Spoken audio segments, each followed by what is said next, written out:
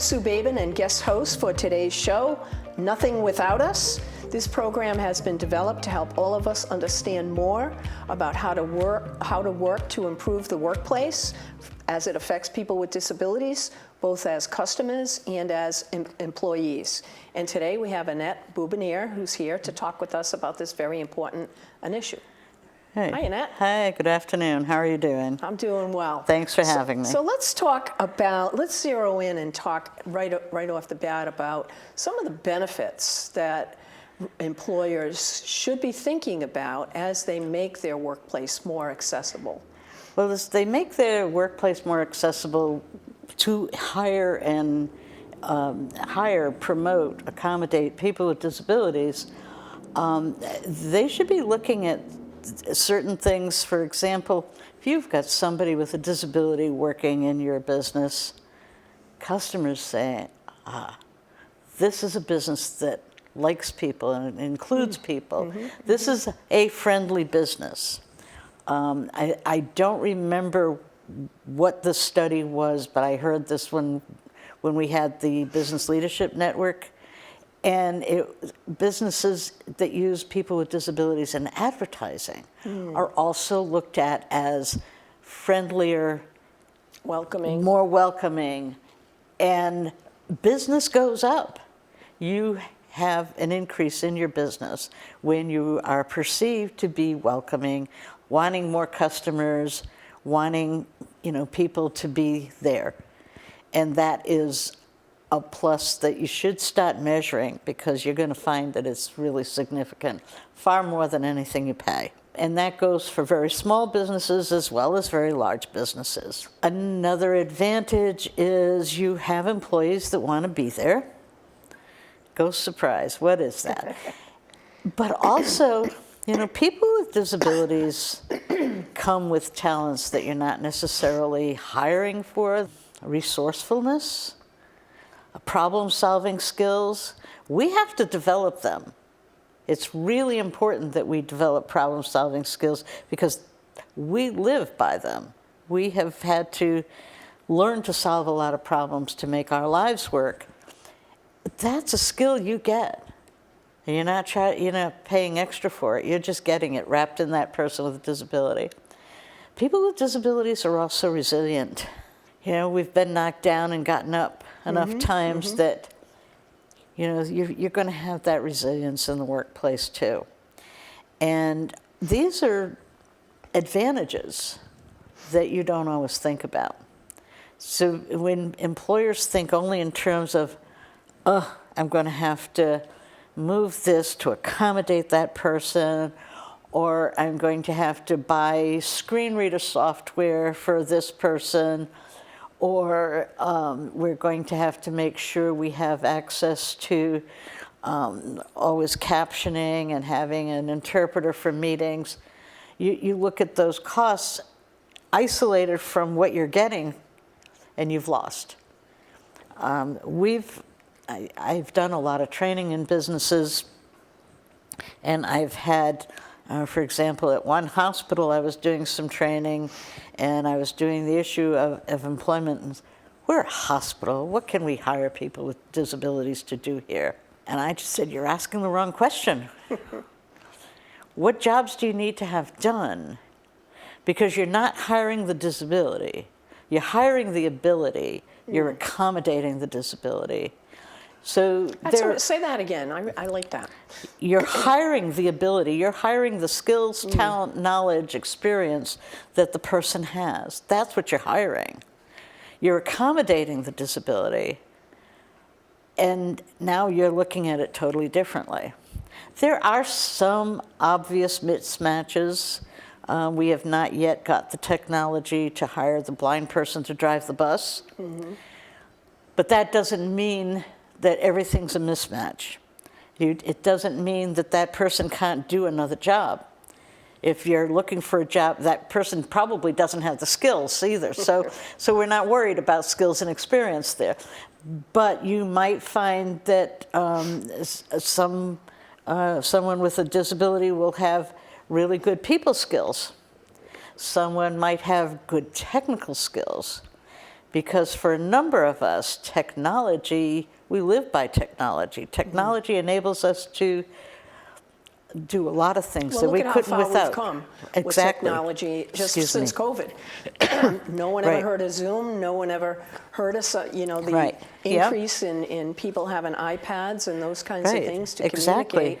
communicate, came about as a result of the pandemic. Exactly. So having diversity in the workforce and equity and inclusion are really important things for both the worker as well as people that come in the door, so that Right. people see this workplace as reflective of our world. And that's an important part, though, to remember.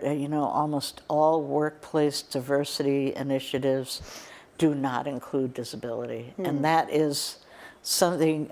People with disabilities represent at least a fourth of the population in this country, because there are varying disabilities, various types, let's put it that way.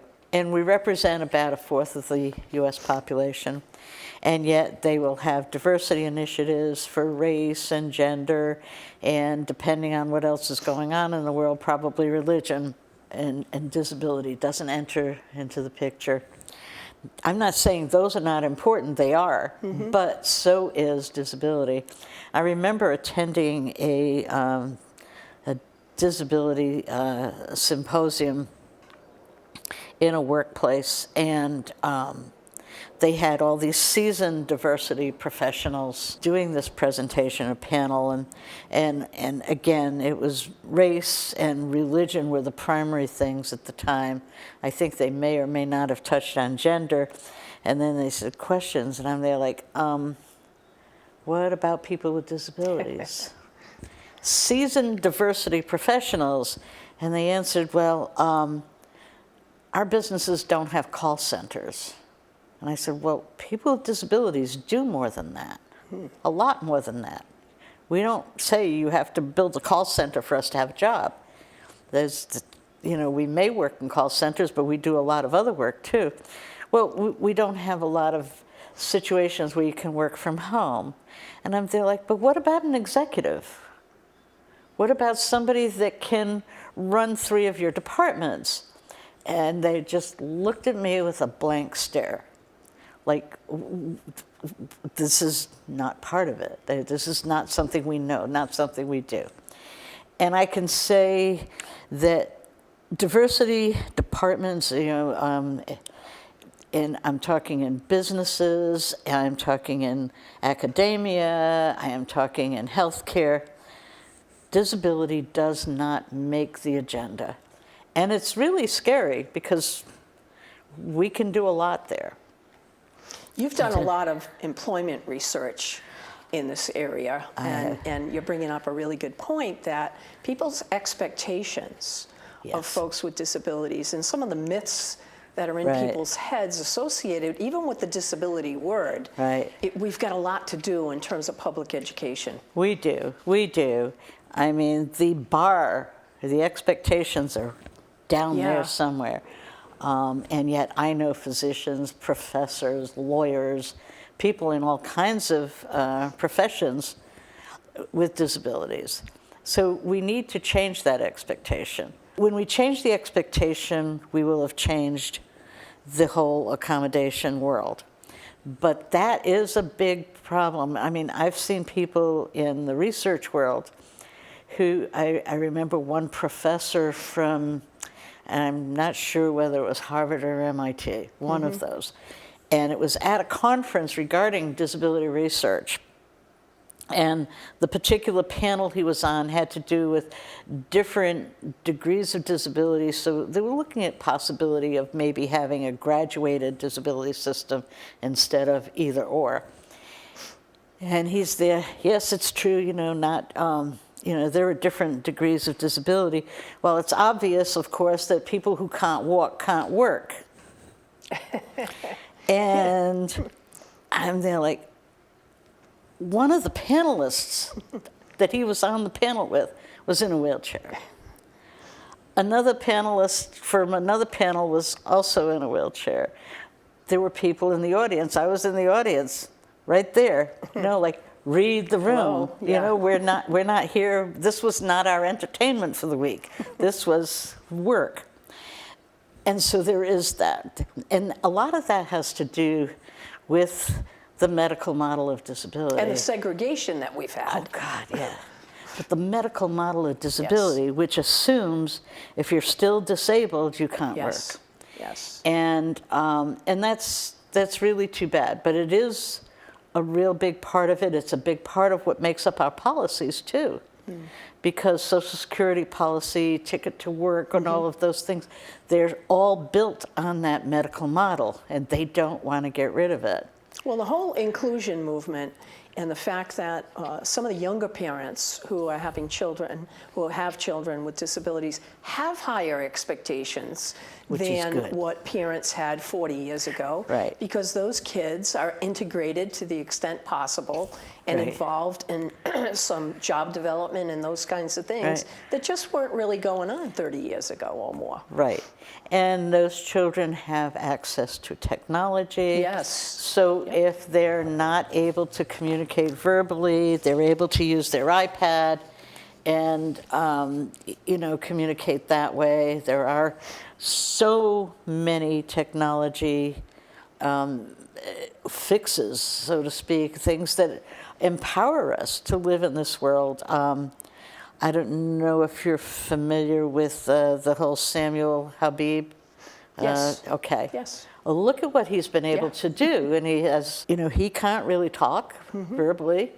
He's very smart, but you can't see it because you see the disability. And yet he fortunately had the advantage of a father that was going to make sure he had every chance to be included.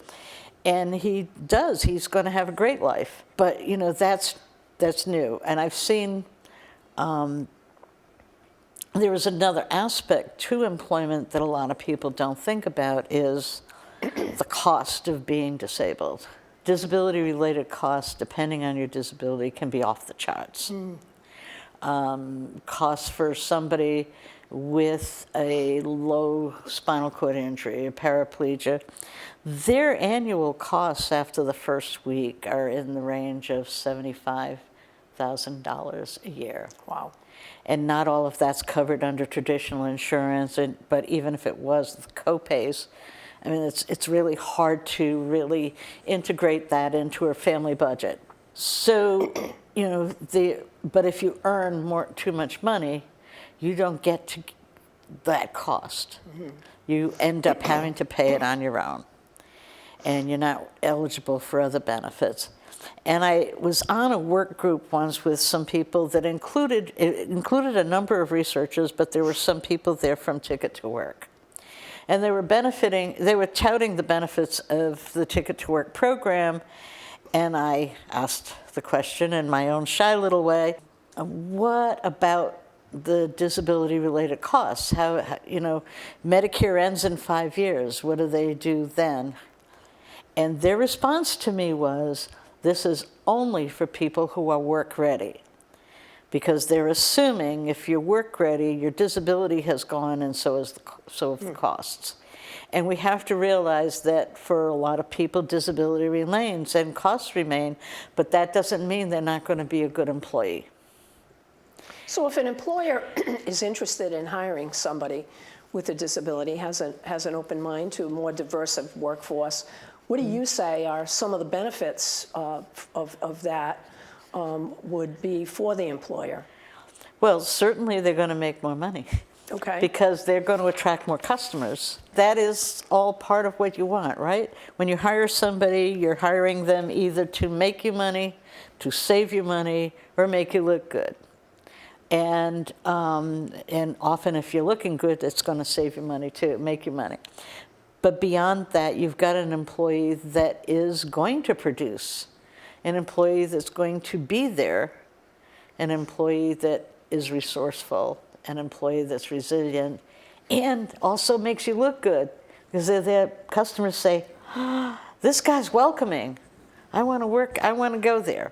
This restaurant hires people. This store has people with disabilities in it. That means they must be willing to help us all out, and they want to include everybody. That's important. And we can't just look at it in terms of cost, in terms of what they might pay to have an accommodation. They have to look at the bigger picture, because that bigger picture, just having the availability of an employee when there were fewer available, but also what the benefits are of showing that you're inclusive. It's going to pay off in a big way. Well, how do we help these employers to work smarter, to think along those lines, to even open up their minds, and where do they start? Gosh, there are a number. They can call me for sure. Well, that's when they should. and I would be happy to, talk them through and consult with them on making this all happen for them.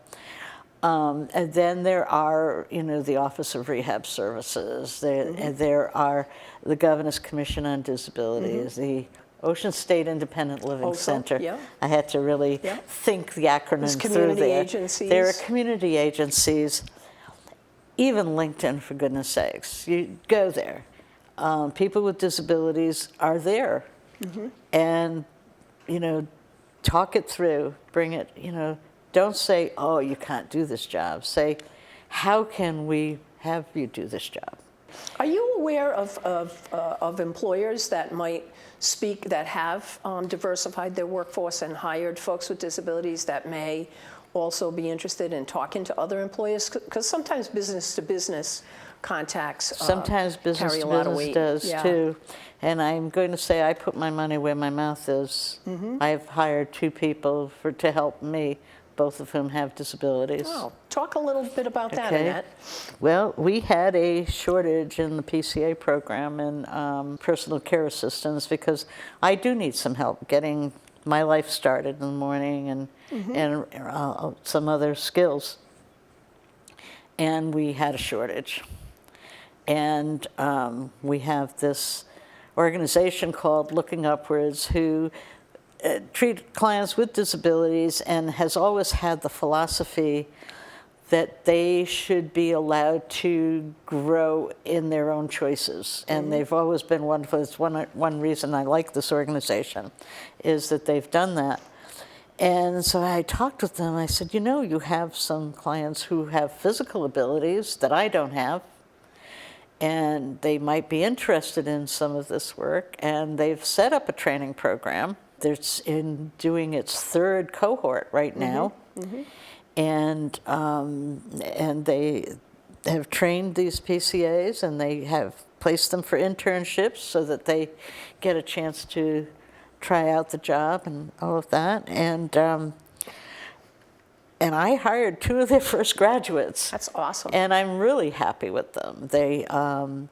They're reliable. They want to do the work, and I can tell you that one of these PCAs from that program is the woman that designed the logo. Wow, that's for excellent. Nothing Without Us. Yes. Excellent. She did that for me. Yeah. So this particular program you're talking about is funded by the Department of Labor and Training. I think it's a really interesting model. It's something that other states could easily replicate. Right. We're helping people with disabilities to Right. reduce their reliance on SSI, to earn a really good income, and helping other people out that Right. need individual support. So that's a win-win for everyone. It is. And for me, I was struggling so bad when I couldn't get a PCA. Like I said, I put my money where my mouth is. I say hire people with disabilities, and this is people with disabilities helping people with disabilities. Right. And it's awesome. But whenever you're talking with people, you'll find people that hire people with disabilities. They may not even always think about it, but those that do are being very open about it now. One large organization, it's known for one of the best organizations. This is a high-end organization. It's Mathematical Policy Research.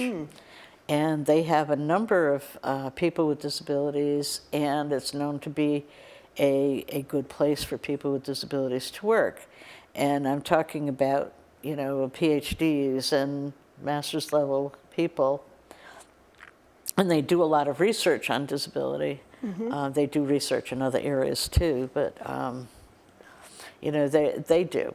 So there is a range of employers that do, and Talk they about, need. talk a little bit about your work at URI and how you're trying to influence URI with their Yes. hiring practices and some of the work that you do down Right. there with Right. economics. Well, yes, I am an economist, and my work is my actual work that I'm paid to do is to I do research in the area of disability employment policy, and I also am teaching a course in the economics of disability, which is not about Social Security. Yeah, explain a little bit about what that means. Those are some big words, and maybe people don't Right. understand them necessarily. Right. So what exactly But is that? It's about disability and economic. In economics, if you hear, you know, it's supply and demand, it's monopolies, competitive employment, economies of scale, all of those things. And with disability, you have to look at it differently. How does disability affect consumption? How does it affect supply? How does it affect demand? Why do we have so many monopolies and duopolies in the disability provision of services? And, you know, what does that mean? How does that affect our ability to get service? Things along that line. Things even about, you know, how much you benefit from things that many people buy. So, for example, you know, people get sustenance from bread, right? That's one of the purposes of bread. If you have celiac disease or, you know, a severe gluten insensitivity, you're not going to benefit from that bread. You're going to get very sick from that bread. So it's changed your demand from something that other people might buy. Example, I love a little red sports car, right? Yeah, that's not going to work. This is not accommodated there. So now I'm forced to buy a large vehicle, and it costs twice what a normal van does, because I have to have the lifts and the ramp and all of that in there. And that means it's not fuel efficient. It means my insurance is much higher. And that's another change that we have to go through. So there are those areas all through life. On the other hand, we have to realize that we are still customers and should be able to have access to the things we need. We're also producers. Don't forget that there are some very famous people who had disabilities. We're not all going to be a Stephen Hawking or a John Nash, but that doesn't mean that people with disabilities can't do things. Albert Einstein couldn't read. We should know that, you know, so why should somebody who has dyslexia feel bad about it? I tell people with dyslexia, I said, getting the software that helps you read as an accommodation is no different from my using a wheelchair to walk. And you know, you look at it that way. It's the tool you need to do the job. And that's part of what I'm trying to sell at URI, trying to make them aware that, you know, the accommodations need to be applied. And also, you know, really encouraging them to hire people with disabilities. And I'd love to see some leadership hired with disabilities. People, they say there's some maybe that are there, but if we have people that identify as disabled. Because some disabilities are not obvious. Right. But that doesn't mean you can't identify as disabled. True. And I'm always, I get that question like, well, you know, they're probably there. But if you don't identify as disabled, you can't represent. You know, I obviously cannot pretend I don't have a disability, but many people who don't identify as disabled are protected from the day-to-day discrimination by hiding And so they can't really represent because they don't know what everybody goes through. And they can't talk about it. So that is part of what I do there as well. What about incentives? Besides the benefits that you just talked about hiring valuable, respected, and responsible workers, what are other incentives out there for employers to hire individuals with disabilities? In Rhode Island, there is a $5,000 grant you can get to accommodate an employee with a disability. Beyond that, no. Are there federal tax credits? The federal tax credits are for removing the barriers. Okay.